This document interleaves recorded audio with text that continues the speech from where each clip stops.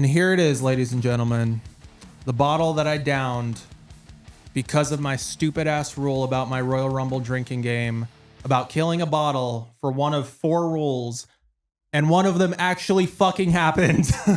One of them actually happened. Main event, Jey Uso is going to WrestleMania, the main event. Captain Morgan, please, you know what to do at this point. I know you're one of 7 listeners at this point. So, did you watch it at home or did you go to? I did, yeah. Okay. I had plans earlier on to go. The thing about me with PLEs is like it just fucking spirals. Like I always have this like grandiose plan with like a group of people, and then that falls through, another thing falls through, and then finally I'm sitting at home by myself, shirtless with Wingstop, yelling at Michael Cole because he botched something. And that's literally how it's always gone for the past, few years with WWE PLEs. It's just, it is what it is. There is kind of no getting around it unless I actually attend a show myself. But yeah. Yeah, no, I spent it. Well, first off, I imagined, because we were texting during this while you were doing the drinking game, that you were somehow in a public place. No, it's way more depressing than that. Well, and then I was on top of that, I was thinking, I was like, you don't even like paying for Ubers, so I can't imagine that you are going to just get absolutely shit faced at a establishment and then Uber back, or be spending that much money on shots. Yeah, honestly, I mean, why spend so much money on shots when you can just accumulate it over time at home? And I mean, if you guys really want to give us traction, just go ahead and build us up.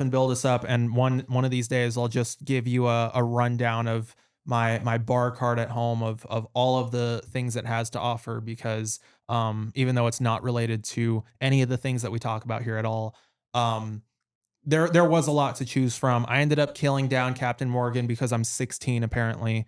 But tons of other things on top of that as well. I got the old reliable Dominoes, and then around the Rumble time, I got some. This is very nerdy, but I used Discord only for 2 reasons. I used Discord for producing music with people that are remote, and for doing Wrestlemania calls with the homies, where everyone will basically just jump on a voice call and then just talk crap during the events. But the whole struggle with that, especially during something like the Rumble, is that if someone is 10 seconds ahead, which is usually always the case, then you got to figure out. You got someone screaming at you like, "Oh my God, I can't believe he did it. Yeah. He fucking did it." Yeah. And it's like, hey, fuck, I'm trying. I'm almost there. Yeah, exactly. I was like, don't spoil this shit. So then basically everyone on the call has to shame that person to pause.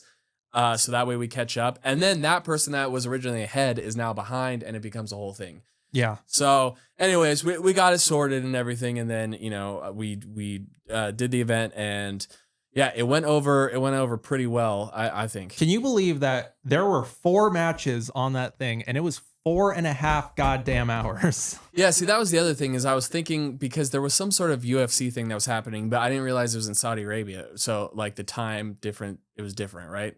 Or am I just making this up? I don't know if it was in Saudi Arabia. I don't know that much details. I know Adesanya Stylebender, he was fighting. Honestly, I should probably look up who won after this. I was supposed to check that out, and then I didn't. But yeah, that was happening that night.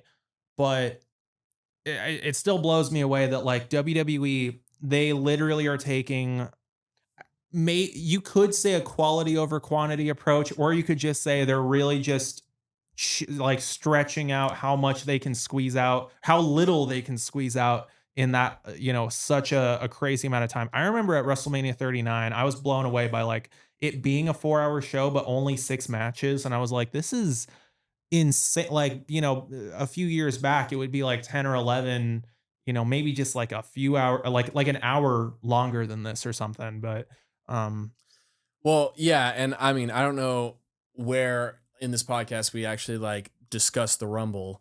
Oh, we will get there. We will get there for sure. Also, wait, before I do, anyone in LA that's been going through this real quick, apparently God is peeing on us, and I don't really know what to do about it. It doesn't, I hear about it in other states that it happens quite often, but like it happens like once a year here, and I just don't know why he's upset with us. But he's been sprinkling on us for all I did was pray that the Chiefs would lose, and this happened. Yeah, So I'm all about the rain. I'm a child of the rain, which is weird because I've only ever kept moving south. I was born in Oregon, then I lived in the Bay Area, then I lived in the Central Coast, then I moved to LA. There was one point where I moved to Orange County. So, but you've been back moving here. a little bit more and more away from it.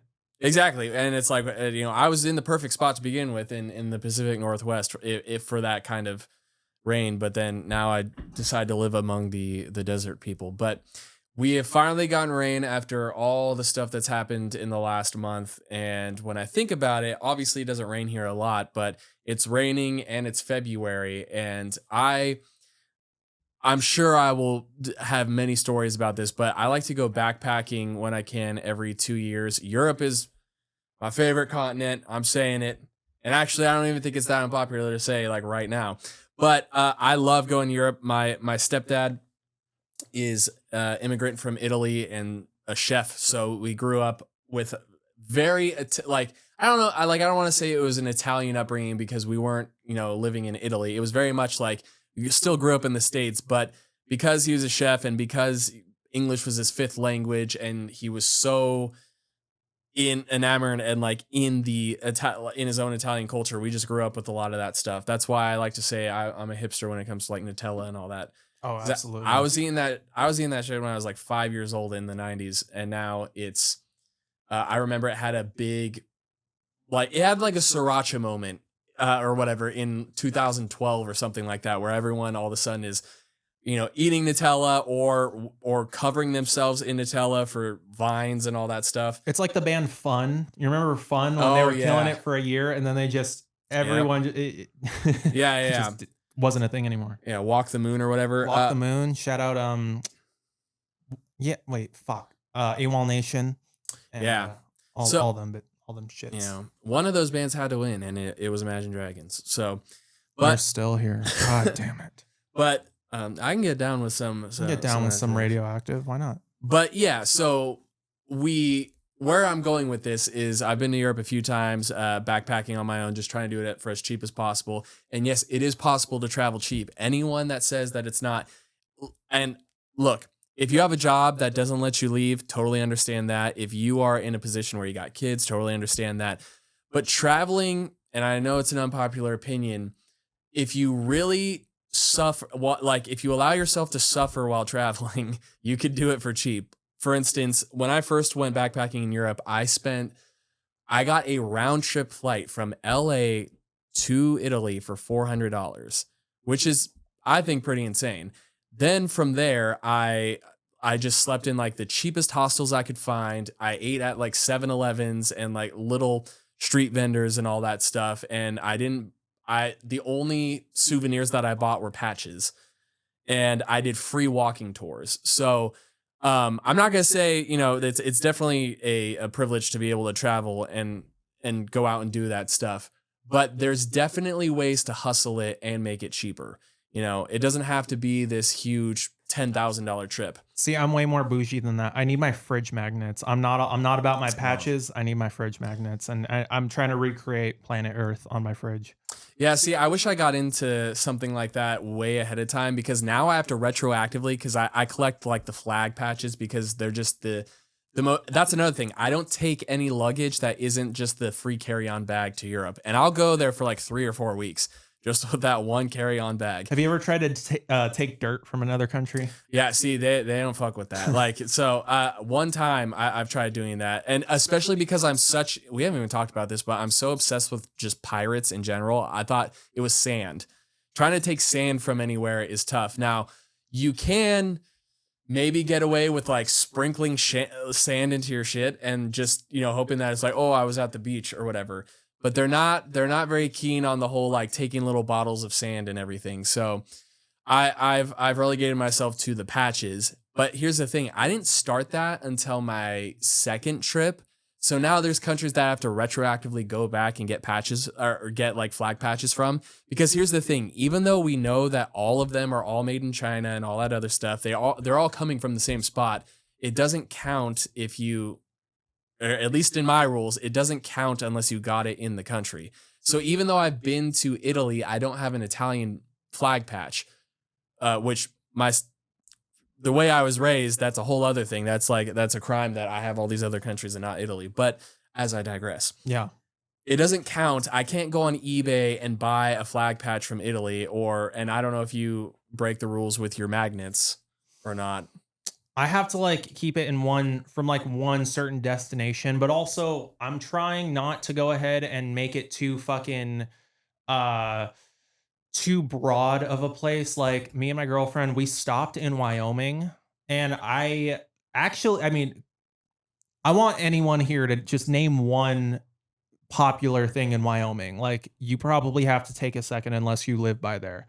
But we couldn't even find a Walgreens there that sold Wyoming fridge magnets. And to be honest, as we drove away, I was just like, you know what? It was for the best. Like we don't need I don't need this, like we could just get it from more But would you more break the happening rules? Like places. if you were in Shannon, Wyoming or whatever town is there, and then you Damn, he didn't knows the cities. you know what? You grow up a wrestling fan, you're gonna learn geography. That was always my True. That's that was very always true. that was always my argument, was just like, I'll fuck a kid up when it comes to geography. Dude, in 4th grade, I actually do remember like killing it in the what's the capital of this and capital of that. I bodied my entire class with that because and then finally my teacher was like, "How do you know all this?" I'm like, "I hear Jim Ross say it every Monday night." Yeah, you don't even know where the Rosemont Horizon is. No. Little Jimmy, or now the All-State Arena. See, that was the other thing, is then you got familiar with where the arenas were. Mm-hmm. But as we ADHD off this, what I'm saying is if you were to go to Wyoming and you couldn't find a magnet, would you be okay with coming back home and ordering it off eBay or something? I am not gonna lie to you. I'm still 1 foot in and 1 foot out about that because there's in fact been a Wyoming magnet in my Amazon cart for like 8 months, and I'm like, no, I shouldn't. I shouldn't do it. And even though it's like fucking $6. See, it's funny because I am a hypocrite, because when it comes to wrestling memorabilia, I will do that. So for instance, getting to Jesus, Liquid Death is coming back out. Going to WrestleMania, everyone knows that every year at the Superstore they sell the Austin 316 shirts, but it's localized, so it'll be Vegas 316, Philly 316, whatever. And those shirts are always such a hot commodity to try to get. Cheyenne 316. Yeah, Cheyenne 316. What's up? But the last 3 WrestleManias I've been to, I have not been able to lock down one of those shirts, just because by the time I get to Friday night or whatever, they're out of my size. So, and maybe that's because I wear a child size. Yeah, if you think it sounds ridiculous that they'd be out of that within a day, you really underestimate the power of wrestling fans, especially when they're on trips to WrestleMania. It's Underestimate the gospel of Austin 316. Let me just say, like, if you ever go, it's literally the first day that their superstores are open. If you've ever seen Charlie and the Chocolate Factory, once Willy Wonka announces that there's golden tickets, and there's just montages of people like, rope dropping stores just to go in and get every chocolate bar. That's literally the Superstore on opening day. I experienced that firsthand last year. I wasn't even planning to fucking get anything. It was just, just kind of window shopping. Maybe they have like 1 or 2 things I might find cool. I didn't get anything, but I was just looking around, and there was almost a fucking Royal Rumble match right there, like between, Karen and then Jimmy, who is Charlene's fucking son, who is not related to Karen at all, like. Yeah, no. So it's hard finding those shirts in your sizes or whatever. So finally, I just got to the point where I'm like, all right, because all that WrestleMania merch goes on super clearance after Mania. So I got to the point where I was just like, I can't find the shirt anywhere. I have done my due diligence. I've been to WWE World. I've been both days at the arena. I've looked at all the little pop-ups and everything. I can't find it. I'm ordering this. I'm not going without it.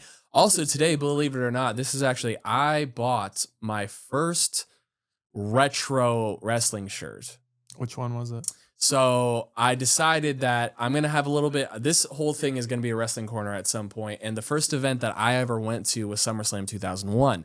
Now, because of drama in my family in 2006, I lost all the stuff that I ever owned. So at the time, my only memorabilia I had from that event was I had a foam Brahma Bull belt. That's pretty sick. Yeah, yeah. And I had a plastic cane mask. Those were the things that I got.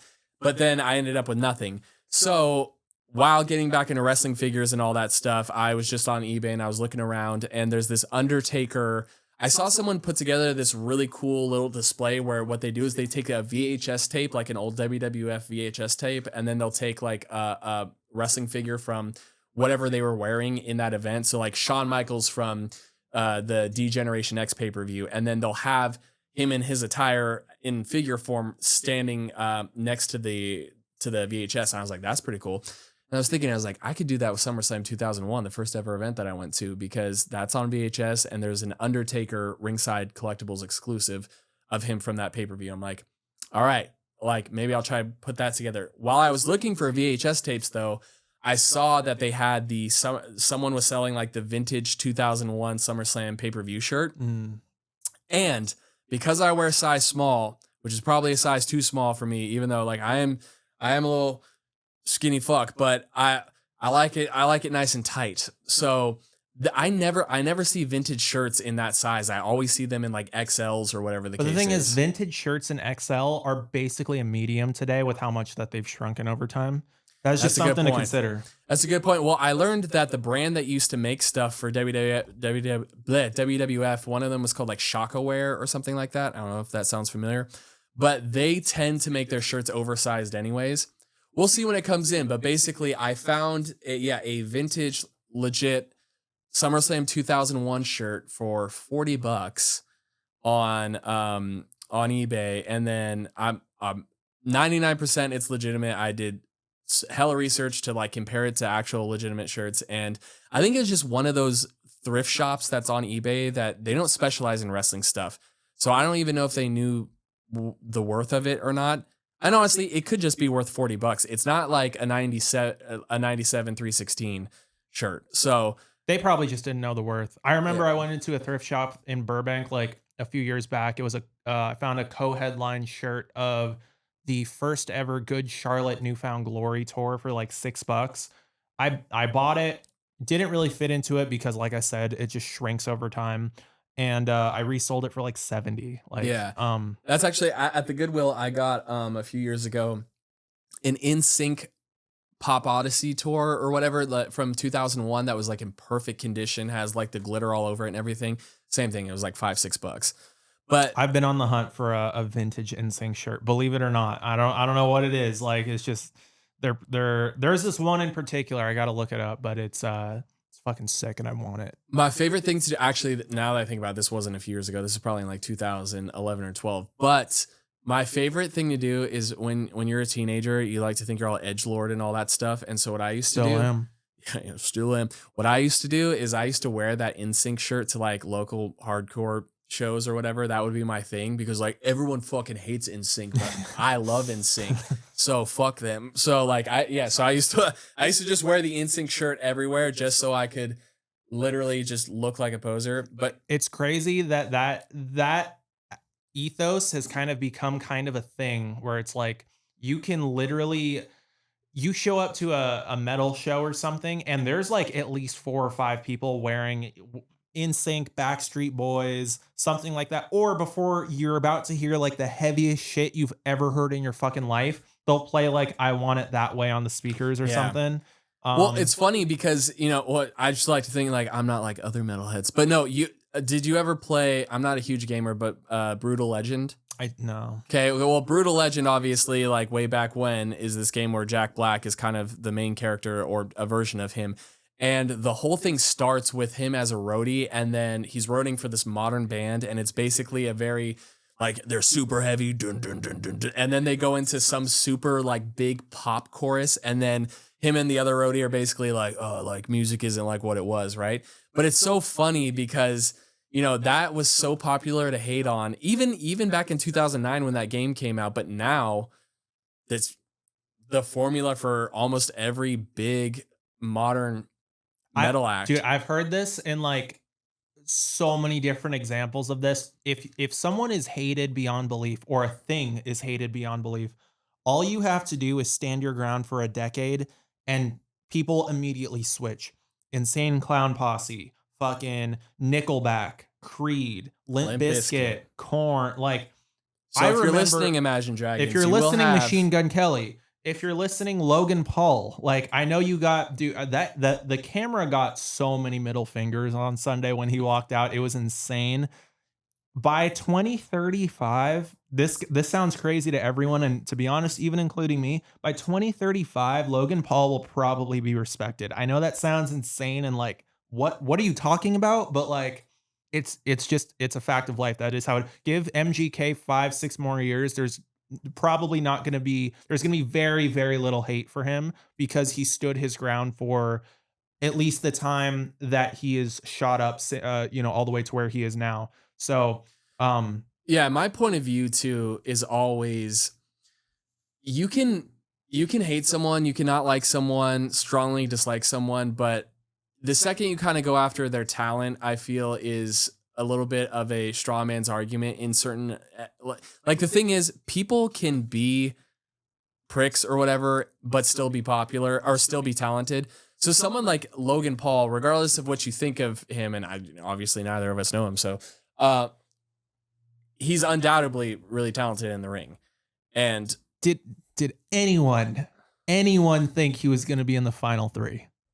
Like on, I was hoping I thought not that I was hoping for him to win, but can you imagine the nuclear heat if he would have won the Rumble? see, I actually thought just being in the final three, I was like, oh my fucking god, there's a chance that Logan Paul is going to win the Royal Rumble. And honestly, if he did, I wouldn't have been extremely like floored and blown away of the fact that he did, because I think he's kind of already there. Like, just in a few years, he is very like that name. His name is very capable of just selling a WrestleMania by himself. Like, people outside of the world of wrestling would tune in, regardless of who he faces and everything. And he could go on a monumental heel title, world title reign if Triple H and company ever want to give him the chance to.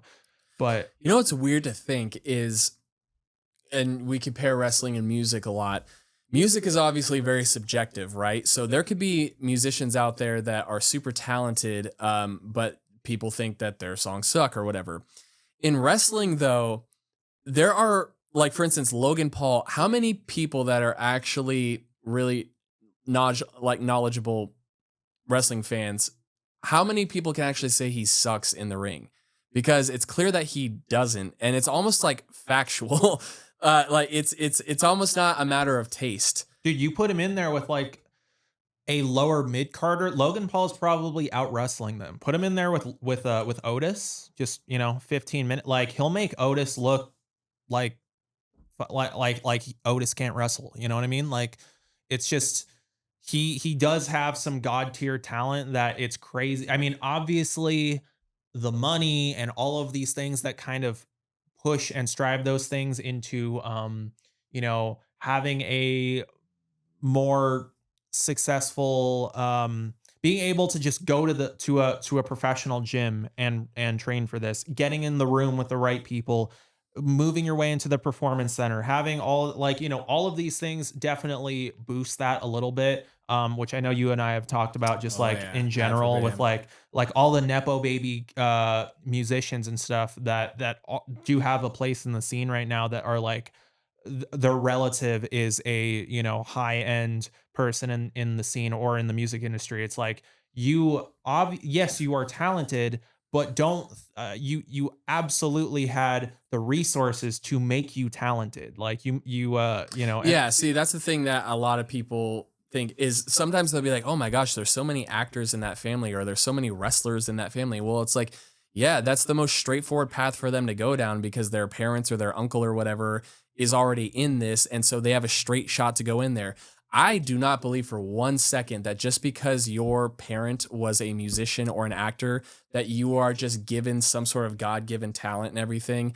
Like my dad was a like in bands for years and all that stuff. I don't think one iota of that actually transfers to you. I just think that you're around your surroundings and that helps you. And then on top of that, yeah, when you have the money to, for instance, if you don't have to work a day job and you can have your rent paid for, but then you can go and have your music lessons, paid for, or even just not having to worry about bills to where you can just solely focus on music and everything, that goes a long way. Sure, you could be talented, but you had a lot more opportunity to hone in on that talent versus someone that doesn't have the opportunity or the means for any of that. They have to work the job, they have to pay their rent, they have to learn how to market themselves, make their own music videos, and do all this other stuff. And guess what? They also have to work on their talent. So yeah, I don't believe for one second that someone that comes from a specific family is more talented than anyone else other than they have the opportunity to do that. Which is why I'll always hold CM Punk on the highest of pedestals, even over someone like a Cody Rhodes. Yeah. And with that said, you want to talk about the Rumble? Yeah, let's do it. First of all, I'm gonna just point this out right now. I'm not gonna go ahead and stray on this too much because honestly, this was probably a little bit embarrassing for her, but the fact that we almost got Tits at the Royal Rumble is so close. No, so close. no, Like, no, no, for the first time since Mae Young in the 2000 Rumble, we almost got Tits. No, what I was going to say actually about that is that right there, you could see the professionalism, whatever the fuck the word is, of Liv Morgan. The professional livum. Yeah, the professionalism of Liv Morgan in that, because she was the most veteran in the entire ring. And if you notice, everyone is down, the issues happening, the wardrobe malfunction, and then Liv just runs up and hits her in the face so that way she could go into the corner and fix whatever's going on. And to me, that totally looked like a call on the fly. Like Liv saw what was happening and basically just went into and improvised. It's crazy because I was under the mentality of like, okay, this obviously isn't supposed to happen, so they're not going to go ahead and call this out. And then you just have Wade Barrett just be like, oh, looks like we got a wardrobe malfunction by Lara Valkyria. What is that word that Wade Barrett uses all the time that I never behoove? What behooves you? He literally used it about, I feel like 3 times on the pay-per-view. It's like when I make fun of someone when they say unbeknownst. Unbeknownst, yeah. Even though it's a word, but yeah, that was interesting that he did that. I remember, like, you remember back in the day, like not even that long ago, maybe like 10 years ago, when everyone would be chanting Cena sucks, and you just have Jerry Lawler just mindlessly be like, wow, listen to all these people chanting for John Cena. Like, but now, even when things aren't supposed to happen or in WWE's or aren't in the favor of the story they're trying to tell, like, no, I mean, it's cool. It's cool, but it's not cool, but it's cool that they end up going ahead and actually calling it out right there. It's like, okay, yeah, we're not going to pretend like this isn't happening anymore. Like, her shirt is very much coming off right now. Yeah. And I mean, other than that, the women's rumble, I mean, there were some good spots. I think the main thing that I noticed, I know a lot of other people noticed too, is that Def Rebel's music, man. It absolutely sucks. Dude, I was like, I couldn't tell barely who anyone was. Dude, I popped 3 times because I thought we were about to get Jade Cargill, and I wanted it so bad just to have something with the storyline between them and Naomi and Bianca happen, and she didn't show up. But like 3 different times, I was like, oh my God, it's Jade. And then it was like fucking Julia, or like it was it's just someone else. And there are straight up better generic songs in the Create a Wrestler in some of the old games. Absolutely. Yeah. Like and by the way, Def Rebel has done some good stuff. The Roman Reigns theme, obviously, but I know that, they probably went through so many revisions of that. I know that I remember seeing Roman Reigns talking about how they worked forever to get that song right. But they've done it. They've had a few. But this is LA Knights. Is that Def Rebel? Yeah, and his new they like revamped it in the last few months, and it's even worse. You ain't big pop. I'm the big bad booty daddy. It's nonstop. Yeah, I mean, LA Knights theme literally got so much worse between the last few months. It was very like 90s hip hop, and then they added like the worst guitar you've ever heard to it. It's really bad. Same with like, I can't get behind Nakamura's new theme. Like, as if Def Rebel didn't already kind of pump out some mid songs. They like made some mid remixes of it. And look, I mean, If they want to come after us, come after us. There's a legion of people that hate you guys. By the way, but I will say this, and I didn't get all the hate for the new AJ Styles theme. I really liked it, but apparently he's back to the old one. That's how it should be. I'm not gonna lie. No, but see the new theme just had. I think the reason they're doing that though is it seems like AJ Styles is maybe coming back as a babyface. Yeah. I think that's why too. But the old theme or the old new theme, the one that debuted at what 40 when we were there. You don't want none. But I loved the thing is I loved the scream in it. Like I don't even know how to explain what it is. Anyway, I just my favorite type of hip hop is like the old very bombastic like almost DMX sounding stuff. Yeah. I love that stuff. But you know, it is what it is. The thing is, Def Rebel, when they try, they can pump out some good themes, but in the women's, it was just like, what is this? Yeah, it was pretty garbage. At least in the men's, you know, you kind of know most of them, but and dude, I mean, speaking of women's, I'm going to argue the biggest pop of the night, and that's with Joe Hendry coming out. That's with you know, Cena, that all this shit. Alexa Bliss. Yeah. Oh my That was fucking awesome. God. That was so sick. I didn't even expect to pop as hard as I did. And I missed as she turned around, her jacket said Fiend Forever, which I caught that like hours later. It was a nice touch too that had a little R in between F and I, so it was friend. Much like AJ Styles, it seems like, you know, probably a baby face, but also like, I mean, Raw's already happened. She wasn't there.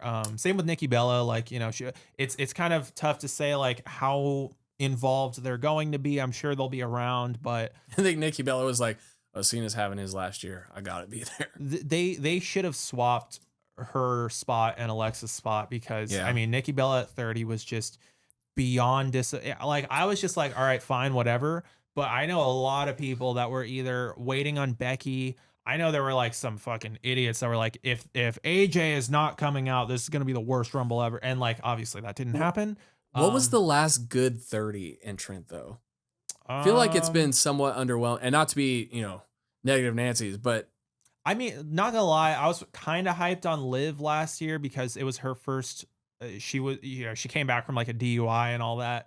I honestly wasn't really watching in 2022 or one. was there one like maybe it's got to be 5-10 years ago where like Triple H came out? 2016. Yeah. That was awesome. Yeah. Probably Triple H. That was pretty cool. As far as the women's, it was such an obvious thing that I mean, dude, literally I'm shocked that so many other people were saying like it's gonna be Io Sky or it's gonna be Bailey's gonna repeat or like, you know, but like to me Charlotte was so obvious. I'm simultaneously happy for her and also just like whatever at the same time because I think I'm just more stoked that I predict things right. It just feeds my ego. It is what it is. But yeah, especially like her and Roxanne being the final two. Like someone from NXT isn't going to upset Charlotte Flair for her return after 15 months away from the ring. I feel like Charlotte has banger matches. I'm just never really invested in her stories because her promos are very unlike her dad's. They're just very, I am the queen. I am the greatest. It's just and you've seen that before with other wrestlers. It's just, okay, what's she gonna do? Face Rhea Ripley in a rematch? And it's either that or Tiffany Stratton. Of the two, I would like to see something new. I think Charlotte and Tiffany is like it's the quintessential like they're the same person. It's just one is young, one is older. Charlotte and Rhea, the rematch would be awesome, but of the two. Like it's a thing where I wouldn't be mad whichever one we get, which is why I'm like so okay with them milking this for several weeks. But I think we'll get Charlotte and Tiffany. Which I would definitely love that. I mean, imagine if Tiff went over Charlotte, but I don't think that's gonna happen. I mean, you know, there's always a chance, but it just seems like right now they're gonna put the title back on her. She's sort of fallen into the almost like Roman Reigns ish I mean, she's definitely, she just is going to always have an upper hand on the booking side of things, I guess is what I'm saying. There was a time where I used to joke, especially from, I don't know, 14 through maybe 20, where it was just like, never bet against Brock. Brock is just always like, it's very rarely is he going to lose. And he very rarely did lose. I mean, in his big like 6-year span, he obviously Goldberg and some times with Roman Reigns and all that stuff. But Seth Rollins once. But that was pretty crazy. Yeah, but betting against Charlotte just seems like it's not like not the right move. I don't know. I'm kind of in the mindset of maybe she is. I mean, she's back to stay, so I don't know, but maybe she will be putting her over. Who knows? Who has gone longer, her or Bliss? Alexa Bliss, yeah. Charlotte was gone end of 2023. Alexa was like the beginning of 23, right? Before Mania 39. Like honestly, like as I was like really starting to pay attention again, that was when she left. Yeah. Because I know she had some injuries, but then she also had a baby and all that stuff. The fact that she looks like that and had a baby. She is married to one of my favorite early 2000 jams, Ryan Cabrera. That's right. Yeah, I forgot. On the way down. And that jam, which it's produced by John Resnick, who is the singer and one of the masterminds behind the Goo Goo Dolls, which is one of my favorite bands ever. Fun fact. Absolute banger. And actually, I feel like they met. I don't know if this is true or not, but like there's definitely an Avril Lavigne connection somewhere there. Because I know Ryan Cabrera is really good friends with Avril Lavigne at one point. So anyways, the fact that she's back is sick. Yeah, I was all in all, I was pretty okay with the women's match. I liked it like on like a lukewarm level. Like I enjoyed it. I thought it was a decent opener. I do want to go ahead and really quickly bash the 70,000 people in Indianapolis for being fucking stone cold silent during that tag match, which I thought was a banger, but no one else cared. Literally, yeah, no I'm one not else gonna cared. lie. I think that I was having Discord troubles at the time, so I didn't really pay attention to that match. But Yeah, it was just. I mean, the in ring work. It's interesting because right now I think what they don't really have in storylines. Obviously, they make up for in just all their just over the top tag team maneuvers, Hurricane Ranas, shooting star presses, fucking destroyers, all that stuff. So it was a nice, 15-minute fast pace of that. But yeah, no one seemed to care. But me being in the mid 2000s, I watched every fucking week TNA Impact on Spike TV. So just seeing the Motor City Machine Guns at the biggest Royal Rumble have a match was like, I won't say I got emotional, but I was just very stoked to see that. And we need more older people getting their flowers, later on or whatever. And while we're at it, we need more people like Alex Shelley that still rock the emo fringe at however fucking old he is. I'm sure he's 40, but 40 something. So yeah, I'm all about people in their 40s fucking blowing up. The Jelly Rolls of the world, the Machine Gun. Why am I spacing? Whatever. Jey Uso, we'll get to that. But yeah, I'm all about the journey. I dig that. Also, shout out that fucking ladder match.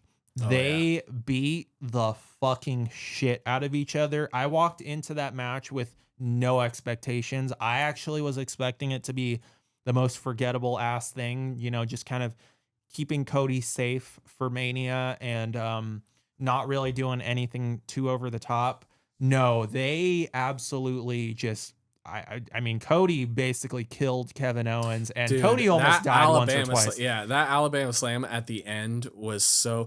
Kevin Owens just does the gnarliest bumps. Remember the thing where was it at the Royal Rumble a few years ago? Maybe I don't know, where Roman Reigns like threw him backwards towards the Rumble. Yeah, towards the steps. Yeah, that was Dude, I mean, that's the other thing about Owens is in the last like 5-6 years, I don't think he's just been in the title match at the Rumble for some reason. I don't know if he's never won, right? He's told Triple H, yeah. He's never won. I just think he's told Triple H like, hey, I don't like being in that 30-man rumble. Like, um, but yeah, What's that was a nice touch of Cody hitting him with the Alabama Slam, like, you know, a There's nod to obviously his tag team partner. the fisherman's whatever off the top rope and then through the ladder, which Cody Rhodes bounced off. That looked great. But the one that I don't see a lot of replays from was what was it where Cody like slammed Owens in the ring on the edge of the ladder? Oh yeah. That one was gnarly. Fucking crazy. Yeah, so That one actually bothered me more than the Alabama Slam, to be Yeah. honest. Like, I can't believe that actually happened. But yeah, I'm sure Bob Holly was smiling. Just, you know, they used to tag team like when Cody was a rookie, so him using Holly's move.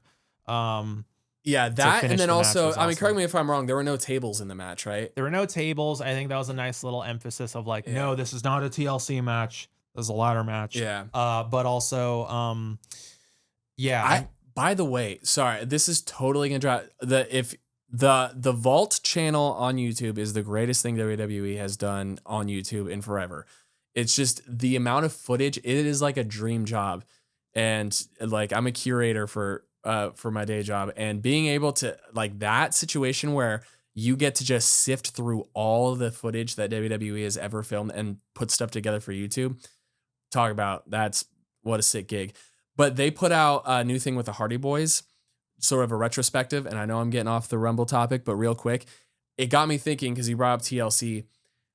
Is there a generation defining TLC after the main ones that we think about with the 3 tag teams, the Hardys, Dudleys, Edge and Christian? Can you think of an absolutely like generation defining TLC? And because believe me, there's been plenty of them since. I mean, there's been a whole pay-per-view that was dedicated to them. And I just can't really think. Maybe there was one against Cena and Edge or something. That was at the some last point. one I could think of that was like amazing. Like the entire pay-per-view. But I can't think of like a match. When I think TLC, I obviously think of the early 2000s.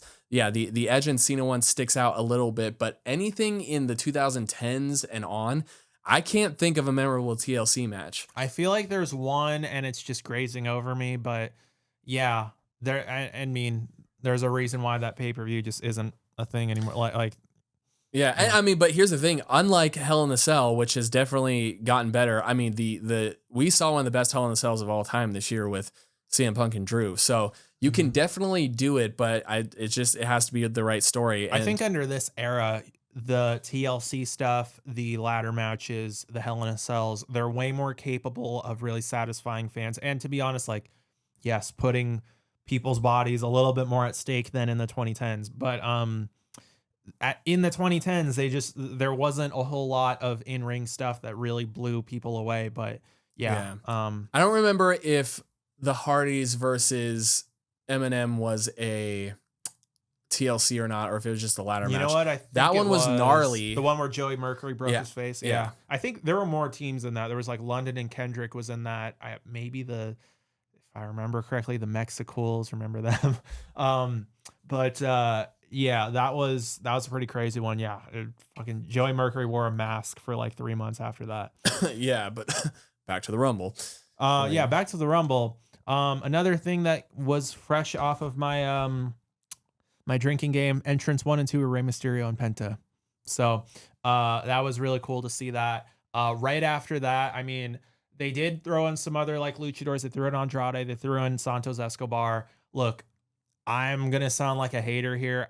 They get zero crowd reaction. They get no reaction out of me and really anyone else. I think if there's a release window at all, that might be a thing with them. But Rey and Penta for sure absolutely killed it. And also, I don't know if you've seen it, rewatched it, or have heard, but there's a lot of allegations of Penta's feet hitting the floor. Yeah, like no, it absolutely before entrant number 3. It happened.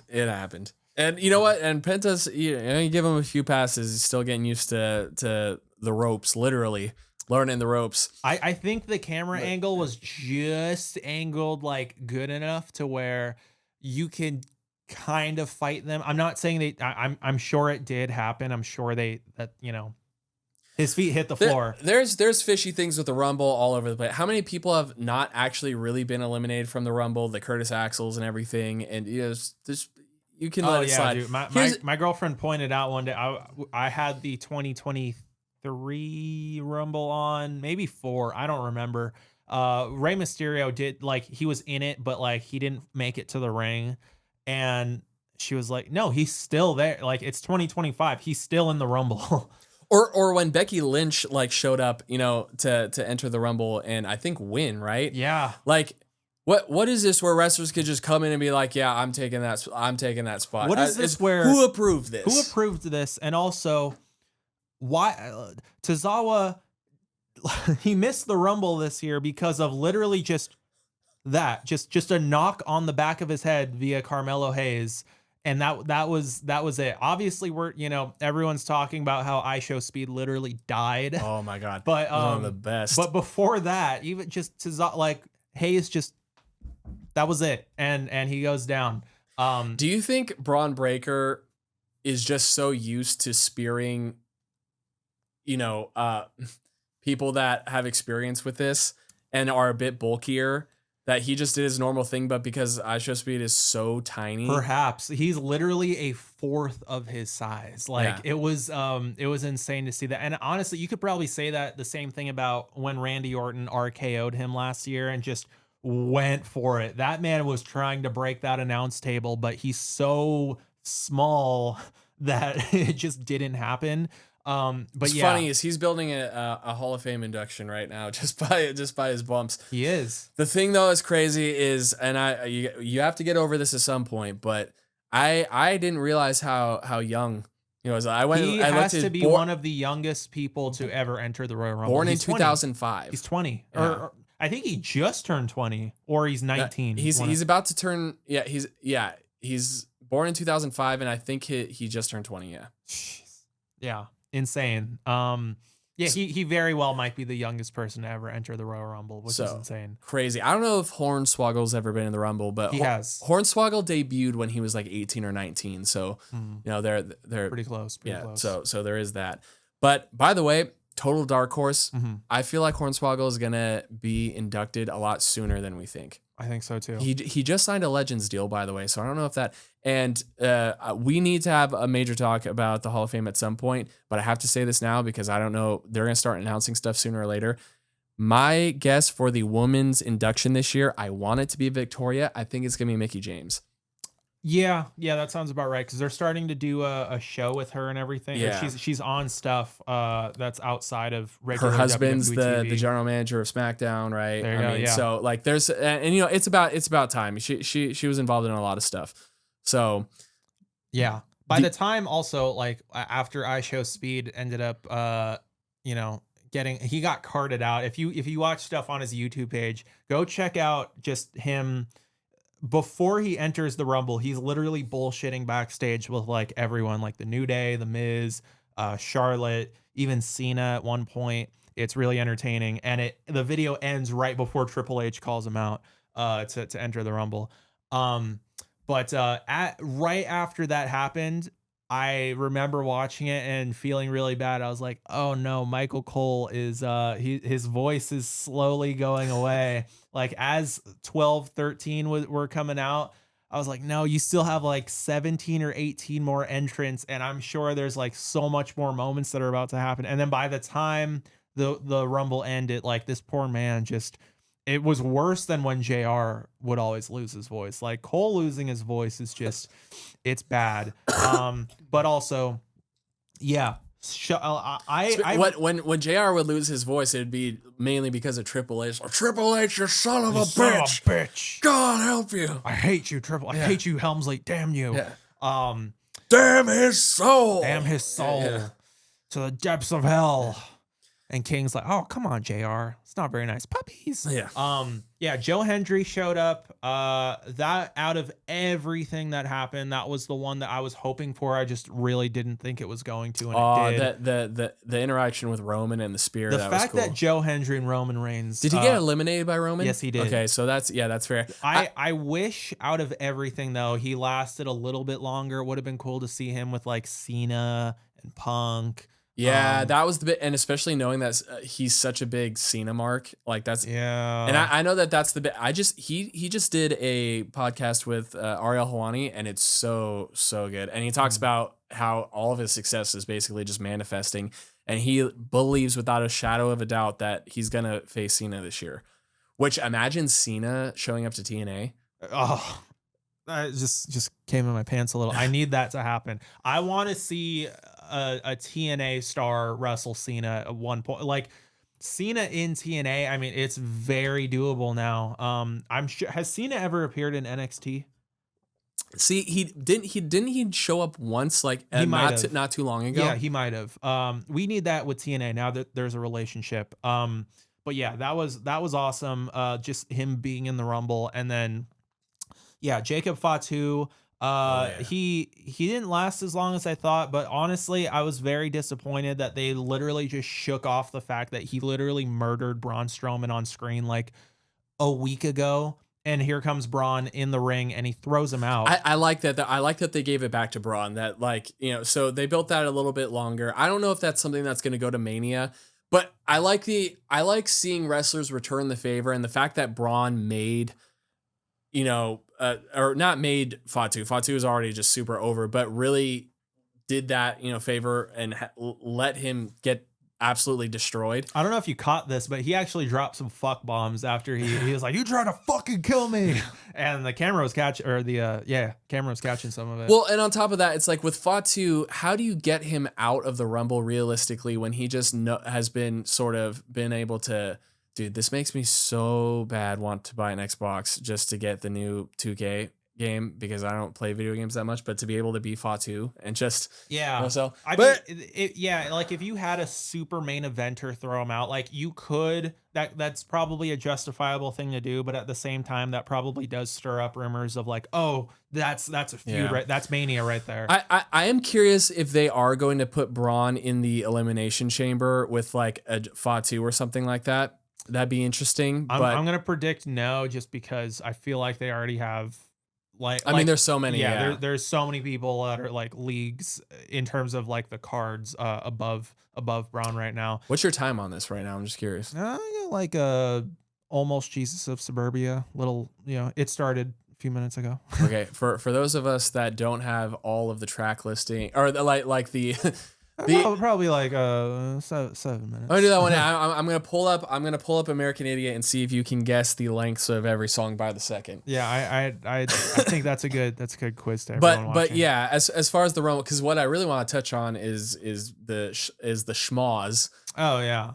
Well, I mean, dude. So Cena came out and after Punk, it was no Cena. Punk. Okay, Cena came out and.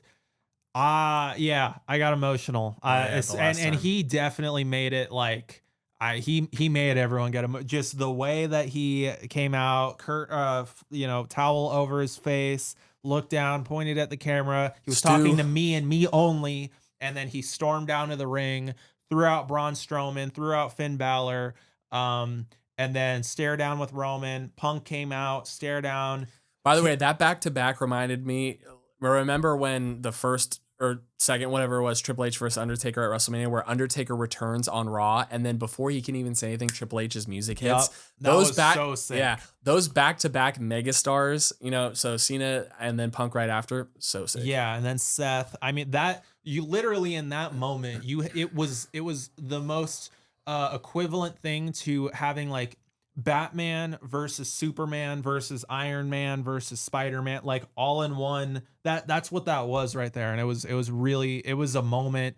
You heard Michael Cole get emotional over commentary, just like this booking is like what is like with the sloppy, but it keeps going. It keeps going. It's that Vince McMahon meme of, he's on the table like, and about to fall over with like the face. Yeah, that's what that was. And it was so good. I mean, following that, like Dom came out, just seeing Dominic Mysterio frog splash John Cena, like little things like that. That was what I was saying last week, of just seeing people that you probably won't usually see go at it for a little bit. Did you see Dominic's tweet about Penta? No. Where someone was like, oh, who, or WWE or whatever tweet, like, who do you want to see Penta face next? And then Dominic just said CM Punk.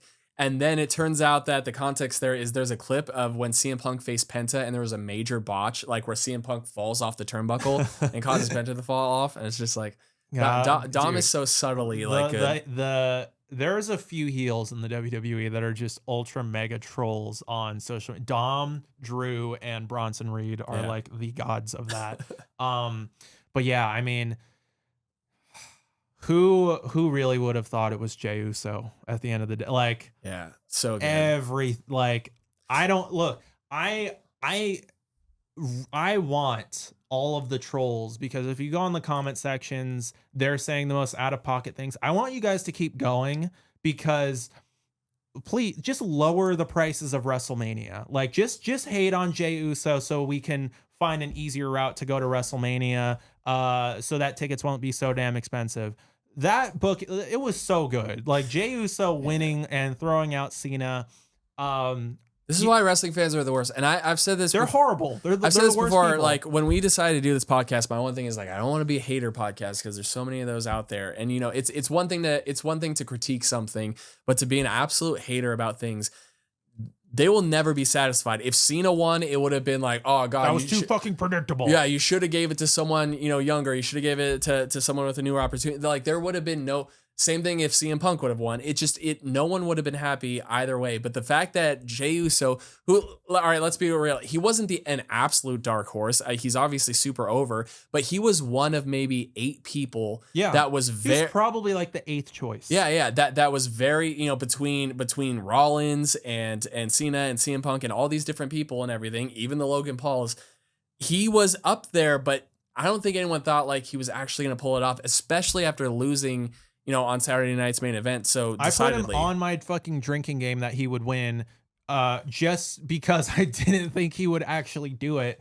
And I'm stoked that he won. He's literally also another thing to point out where he is at in his career right now. Maybe not in terms of how long he's been there, but I would compare him to John Cena in early 2005. Like he's a red hot upper mid carder who is finally about to get that, you know, headlining spot. Jeff Hardy 2008. Yeah, Jeff Hardy 2008, absolutely. And once he's there, he comes out for big shows and big matches with the most A-list of rappers that you could think of. Like imagine that just kind of being a more consistent thing with him. The sky is absolutely the limit with him. Keep talking. Yeah. The sky is absolutely the limit with Jey Uso, and I think, you know, he's gonna keep. I think he's gonna win. It doesn't even matter who he wrestles. You know, obviously there is a lot of interesting slack and, you know, things to talk about with like, yes, Jay versus Gunther isn't extremely appealing, but there's also, it doesn't have to be that match specifically. But it also doesn't have to be Jay and Cody. Like there's still 2-3 months until Mania. There's a lot of other ways that like someone else can like shoe their way in or keep on going. Yep. We're having technical difficulties. It'll be done this week at some shoe point. their way in or even like yeah, they could shoe their way in or just there's a multitude of things that could happen, but also the fact that Jey Uso, and my camera's crooked, but who gives a shit? The fact of the matter is, if you used to watch Total Divas, because I watched that all the time, Total Divas was my jam for a minute. Me and my friend James, we used to just like get on the phone and just do some gossip about Total Divas and be like, oh my gosh. Did you see Nikki Bella? Yeah, did you see what Nikki Bella did to Natalia? That was so fucked. Also, wait, I want to point this out really quick. If anyone has actually seen that show, there's a scene with Nikki Bella and John Cena where Cena is actually... We hold everyone, including me, we hold Cena on the highest of tiers. There is a scene in Total Divas where he is being like the worst fucking human being ever. I can't even elaborate like some of the things, but if you just type in like... Oh, like when she moves into his house and everything. Is that the one? And he basically doesn't want her to change anything, you know, or whatever. And yeah, and she can't, and then also there's a episode 2 where they're playing beer pong, ping pong, or something like that. Oh yeah, and he just keeps winning. Yeah. He's so gracious in victory. And just he's overly competitive about it. But what I was gonna say is Jey Uso used the word indistinguishable twin. There was a point, if anyone back in 2015, 14, 16, whatever, was watching Total Divas and everything, Jimmy Uso was on that a lot, obviously, because he's with Naomi. Now, at that time, I don't think there was anybody that would have guessed that Jay would be the standout versus Jimmy, because Jimmy himself is super charismatic, super funny. I think I remember seeing something where R-Truth said that the funniest person in the locker room is Jimmy Uso. And if R-Truth is saying that, so the fact of the matter is to see that Jay was the standout when Jimmy has all this charisma, super funny and everything, and you go back and you watch some of the, and here's the thing, Usos had banger after banger, especially in 2014, they would open pay-per-views against the Wyatts and everything. Mm-hmm. Great matches. But to think that one of those twins would go on to not only be so over, but to be such an individual. And he is authentically over. Like he is arguably more red hot right now than I mean of all the full timers, anyone, like literally anyone. There should be no hate on the fact that he is main eventing WrestleMania. And I think the most valuable thing about Jay's character is his story, and the fact that, look, there's a lot of people out there that are coming up and they're loud and they're boisterous and all that stuff, and then they end up making it, and that's great. But how many people out there are wrestlers, artists, whatever the case is, but they are they don't have that confidence that they can be anything bigger than that, right? And over time, they have to get that confidence. And he was literally, imagine thinking of Jey Uso in 2016. He is one of 100 faces on the roster. And the fact that he said it on his promo on Raw and everything, that, he didn't have it then, but he has it now. So it's proof that if you are someone, and I know that you've talked about this with like sharing your music online and kind of trying to get over like the imposter syndrome hump or whatever of trying to like share your music and, do it consistently where it's like, hey, this is my song, and trying to get to that point. To me, Jey Uso is a great example of someone that literally found a way to get over that imposter syndrome of, just being an extra tag team guy and really standing out on his own. So I think that his entire story is great. It's like, it's super inspirational, and that's what wrestling is all about. It's what it's all about. Yeah. Look, my favorite wrestler of all time is John Cena. I've said that before. I will say it again and over.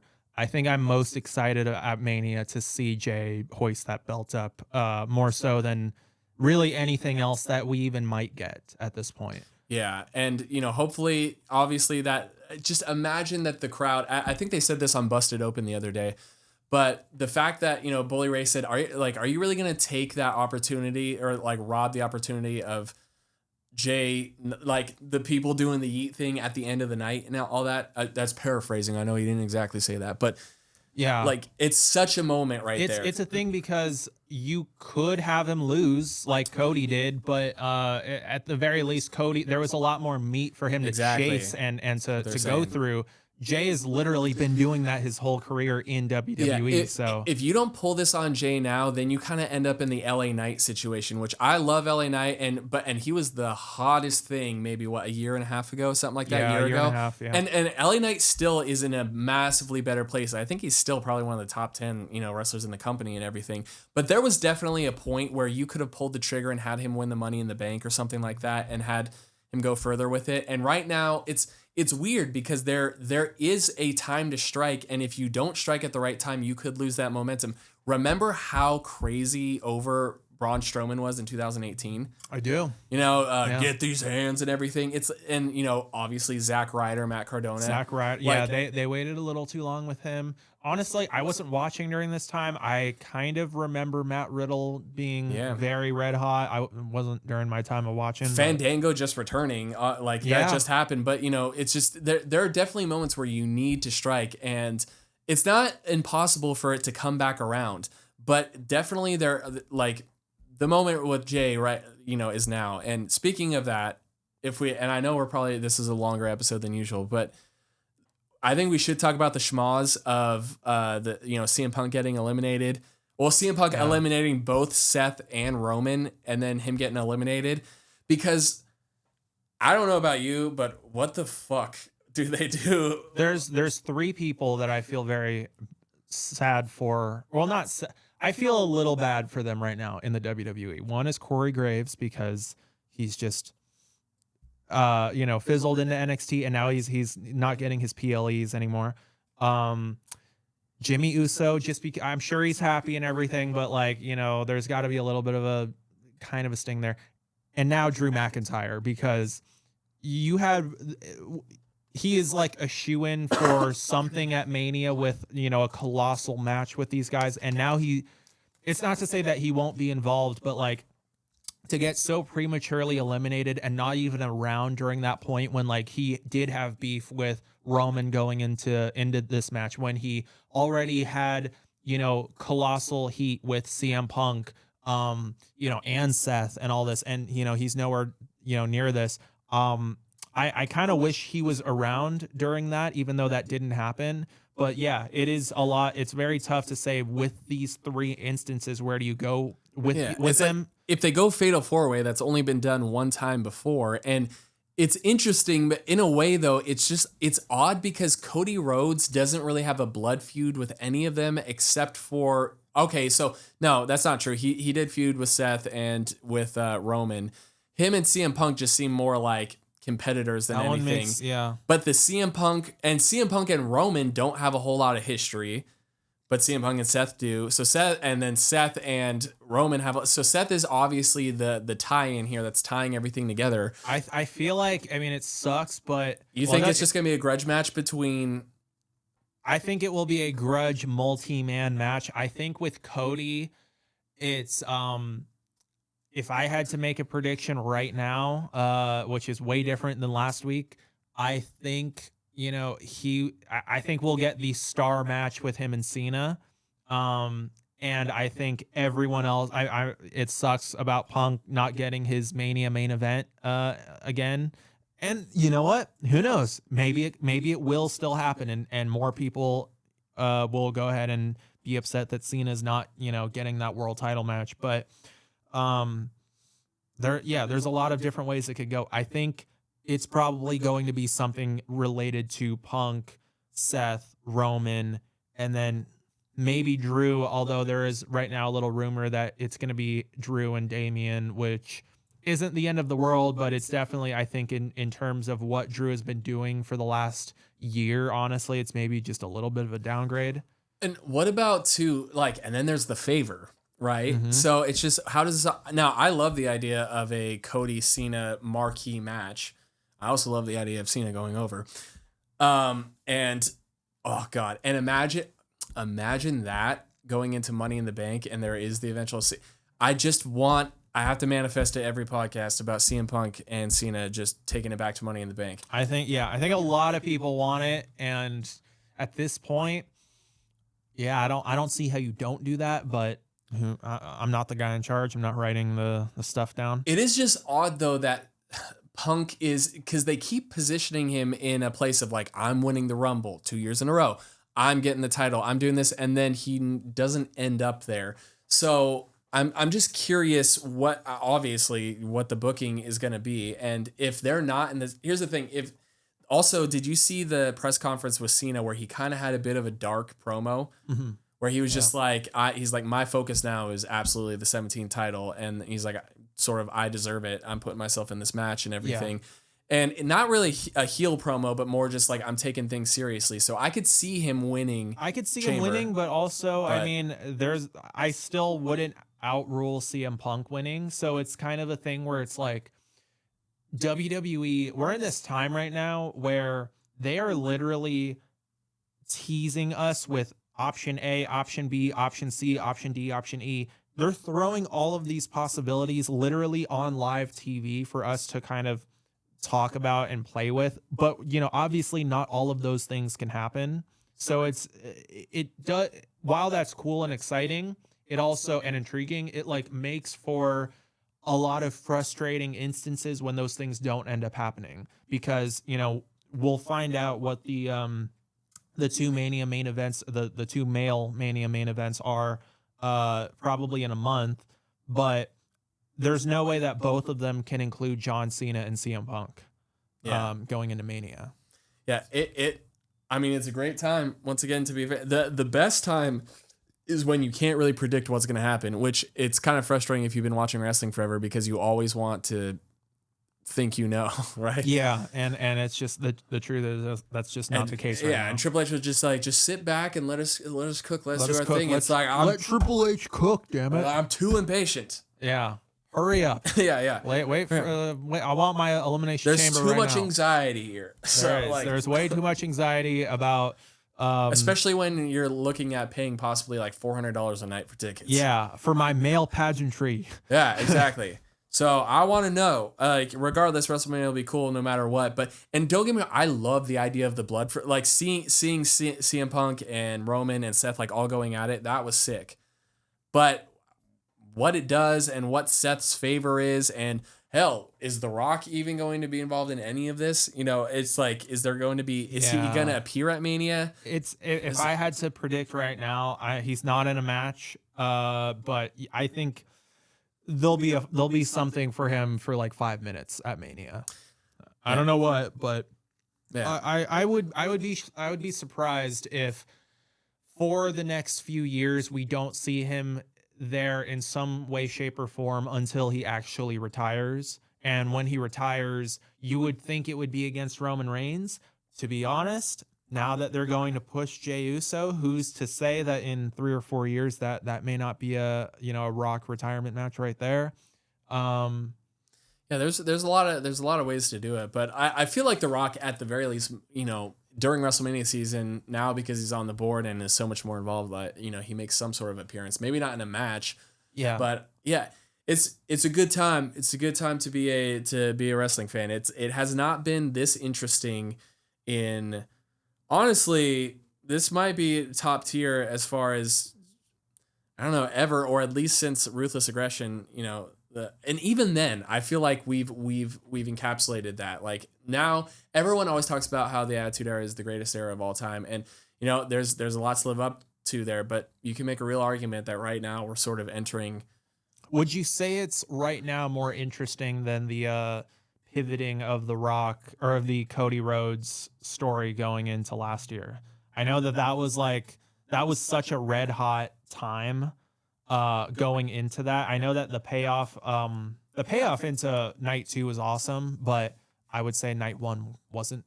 But yeah, well, so that's the one challenge I think in the Triple H era is that because there's so much hype and because everything is so good, the standard is way higher now. So when you have nights like night 1 of WrestleMania, which was perfectly fine, it gets kind of looked at as like it wasn't like.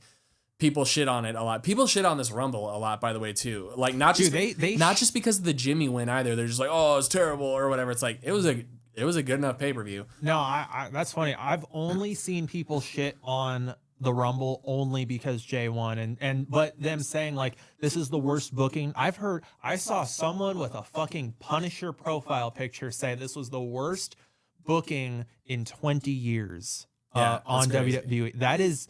You are reaching so high.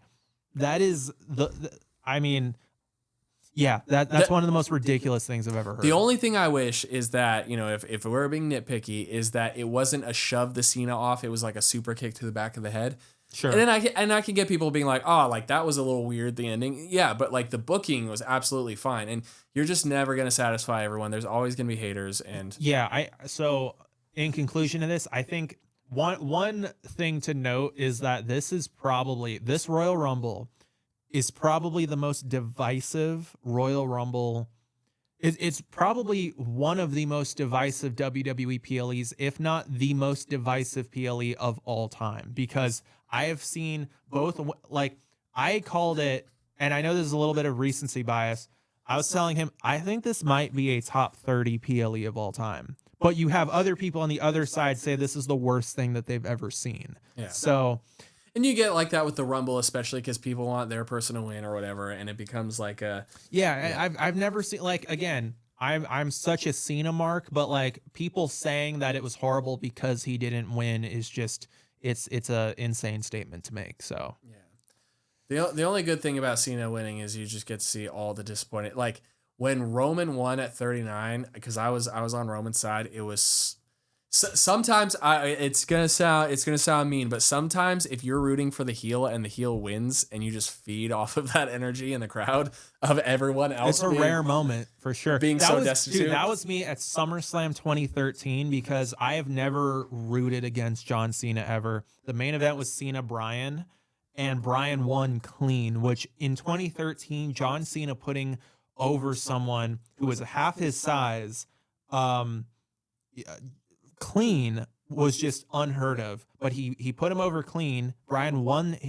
He won the title, and then everyone was going ballistic. And then Triple H came out. Randy Orton cashed in. It was a double heel turn with them. The start of the Authority happened that night. And I was just laughing hysterically. I was like, "Yeah, fuck all 18,000 of you." It was a good night. And so as we end, I want to point this out because I feel like we have to update this every week because I've been having camera problems this time. We are getting closer and closer to actually having a little bit of a legitimate setup. Between both of us, we have spent thousands of dollars on new equipment. My stuff has arrived. We got lighting on the way. You're not far behind with the cameras. So we got that going for us. So if you've only listened to the audio version of this podcast, which good. Yeah, good. Which I don't know how possible that is because we upload the video to everything, but it's going to be looking good in here. And I'm going to keep saying that. That is my other manifestation until our production is looking, spiffy. But like I said, no, honestly, if you do watch every single week, that's awesome because, as he said, it's literally going to be upgraded on a weekly basis for literally for the foreseeable future. Like every episode, there's going to be new stuff. It's going to be hotter and hotter. It's going to be a new presentation. I might even wear makeup. I'm just kidding. I'm not going to wear makeup, but I might. He might. And me and my girlfriend, we share my makeup. So, yeah. If you don't believe him, go watch his reels. I am Bone Steel. Yeah, exactly. I don't borrow her makeup. She borrows mine. She borrows his. So that happens. So just keep that in mind. And also, my skincare routine is probably pretty. You have a crazy skin routine. We'll get into that later. We both have Patrick Bateman skincare routines, but we'll get into that. And we'll get into that some other time. But before we leave them, I think you got some. Oh yeah, go listen to Sad Boy Colts. SADBOI Colts. New song called "You Should Get the Words Red Flag" tattooed on her face or on your face. Excuse me. What genre would you say that is? Because I accidentally I referred to it in my TikTok last night, but I said it was pop punk. And I mean, you could say it's pop punk, but it's definitely that one is like the. If we want to call it like the JU, so it's the dark horse of of the album where it's like it is pop punk, but it's more on the hardcore influence. There is a hardcore influence with it, so I'll let everyone else be the judge, and you can tell me what my genre is of my song. So, but we wrote that with it was a kind of like a Mod Sun-esque like Courtney. Yeah. Courtney fucked Kurt. Courtney killed Kurt. It's very like it's more punk than pop, or like than pop punk, but it's probably too punk for the pop kids, but too pop for the punk kids. Yeah, but no one is ever gonna give you the credit of it actually being punk. They'll just be like, "This isn't fucking punk. This isn't fucking punk." And people will bro. be like, "This isn't fucking pop punk." So it's like fucking punk, bro. It's just gonna be one of those things. But yeah, bro, there's nothing punk except for fucking choking victim. And fucking, it's fucking buzzcocks. Yeah, fucking buzz. I don't even know if that's considered punk now. Yeah, that's just like dad rock or something. But it is, yeah. But yeah, so check out his thing, and then new EP drops soon. Again, in the next few episodes, we'll have a date for everyone. So, stay tuned for that. And then listen to fucking Bone Steel as well. Yeah, fucking Bone Steel. And guess what? I'll say this right now. I'd like not to absolutely listen to his stuff. I just want my one little mini win though, is that I have gotten denied a blog spot on Digital Tour Bus for every song I've ever submitted for the last 5 years. And today they approved a blog spot for Digital Tour Bus for Depth of Me, which hell fucking yeah. So you know what? turning it around. Dude, there's a few sites that have been like, hey, can you please just throw me on a playlist or something? Literally, like every time it's just been like, absolutely not, no. And then some of the same people I threw it at earlier this week, and they were like, oh, dude, yes, this is so good. Is this Submit Hub or something like that? Yeah. So wait, you should tell them before we go because you're on some playlists now, right? I think there's one called I think it's TW, which is trigger warning. Real emo. You know what? I'm such a fake fan of myself that I don't know the other He's one. so popular that he doesn't even know. I don't even know the other ones. He doesn't even know how many playlists that he's on. Yeah. But yeah, no. So yeah, obviously check out his song. And from there, we will come back next week with probably some stupid ass football talk. If anyone wants to send me some birthday money, it's at Josh182 on Venmo. I'm gonna send you some requests. Yeah, and then he'll send me some requests. Yeah, send me some Venmos so I can afford the money to fulfill his Venmo requests. Exactly. We got wrestling figures to buy over here. He has wrestling figures to buy. I got he'll get bit by it one day. He'll get bit by it again. I still have to fund my WrestleMania Saturday ticket, and then have to fund my WrestleMania Sunday ticket. And I have to fund all that stuff too. Yeah, so it's gonna be fun. So submit this WrestleMania. That's gonna be a sick time for making content, and hopefully by then we have all of our stuff together. But until then, and probably also lastly, we started with like 30-minute window, and then moved to an hour. We'll probably stay at an hour. What is this, like almost an hour and a half right now? Yeah, we went a little over, but it was unless people are like salivating at the bits for us to stay there. Yeah, we'll probably stay at an hour. I'm already pissed off at my current self because the upload time for this edit is gonna be fun. It's gonna be stupid. It's gonna be so much fun. So his dog's barking outside. So yeah, she's like, hurry the fuck up. So by the way, his dog's name is Lita. Exactly. So because I'm a mark like that. So fuck your rolls, man. Exactly. All right, check out Sad Boy Colt. We'll see you next week on Count Out Club.